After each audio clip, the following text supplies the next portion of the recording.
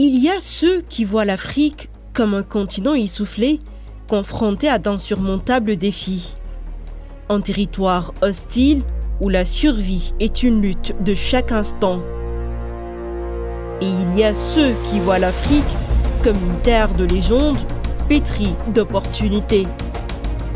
Il est établi que l'Afrique concentre la plus grande proportion de terres arables inexploitées dans le monde, 60% plus précisément.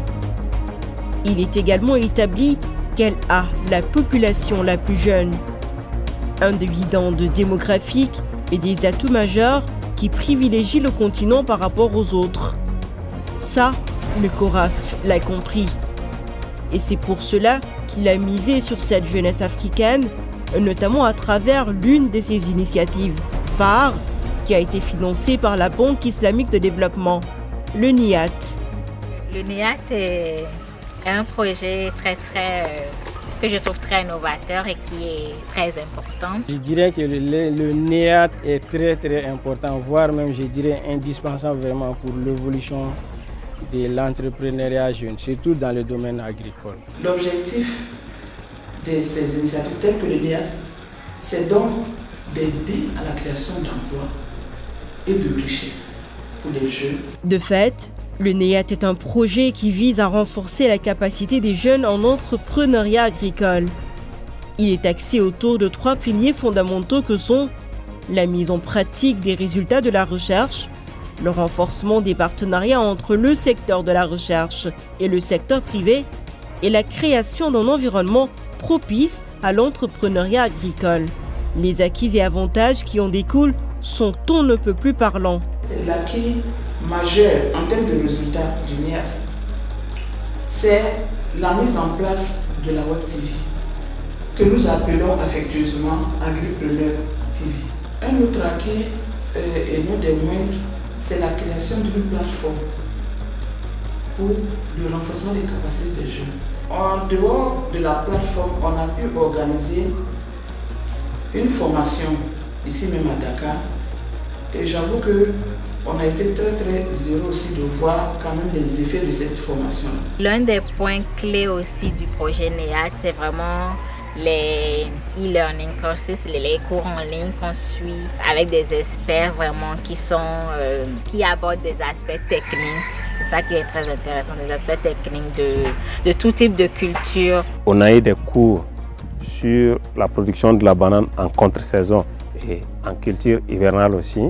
On a eu un cours aussi sur l'alimentation du bétail. Ça m'a apporté déjà des relations avec d'autres partenaires, d'autres jeunes comme moi sur le plan sous-régional. Il faut dire que j'ai suivi un peu comment les cours en ligne se déroulaient et donc ça m'a permis aussi d'améliorer comment moi je gérais aussi mon site, ce qui fait que j'ai commencé aussi des vidéos aujourd'hui. En tout, comme Fomba ou encore Grace Marlène, ils sont 22 jeunes de l'Afrique de l'Ouest et du Centre, 11 femmes et 11 hommes à bénéficier de ces formations et de ce suivi continu à la faveur du NIAT.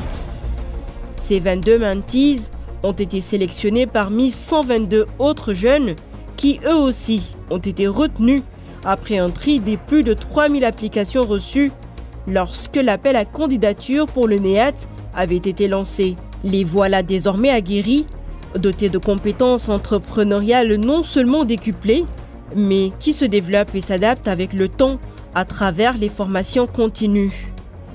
Que ça soit dans le social ou dans des modèles plus capitalistes, ces brillants agripreneurs jouent aujourd'hui des coudes pour s'offrir une place de choix dans ce domaine devenu très attractif et sensible au genre, et surtout créateur d'emplois et de richesses grâce à la science et à des institutions telles que le CORAF.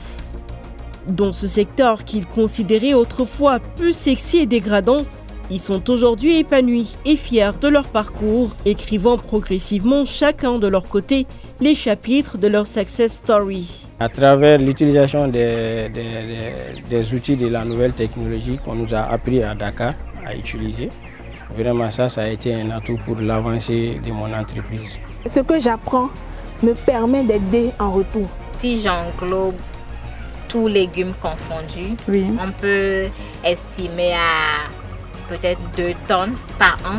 Mes camarades que j'ai eu la chance d'étudier à l'Institut Polytechnique Rural, aujourd'hui, certaines sont envie d'être vraiment comme moi, être un entrepreneur comme moi dans le secteur agricole. Aujourd'hui, franchement, ils trouvent que j'ai fait le bon choix parce que le bénéfice, c'est pas moi seul qui en bénéficie. Quand je gagne, j'amène, je partage en famille. Et voilà, et moi-même je vis à l'aise. Il y a d'autres aussi qui ont fait l'école avec moi qui sont toujours au chômage. Actuellement, avec le système d'exploitation que j'ai aujourd'hui, par cycle, par hectare, on est autour de 4 millions de chiffre d'affaires qu'on fait. Donc si vous prenez 4 millions par, comment on appelle ça, voilà, par hectare, les 2 hectares et demi, je pense que ça doit coûter autour de 10 millions pour le cycle. Donc, en gros, l'année.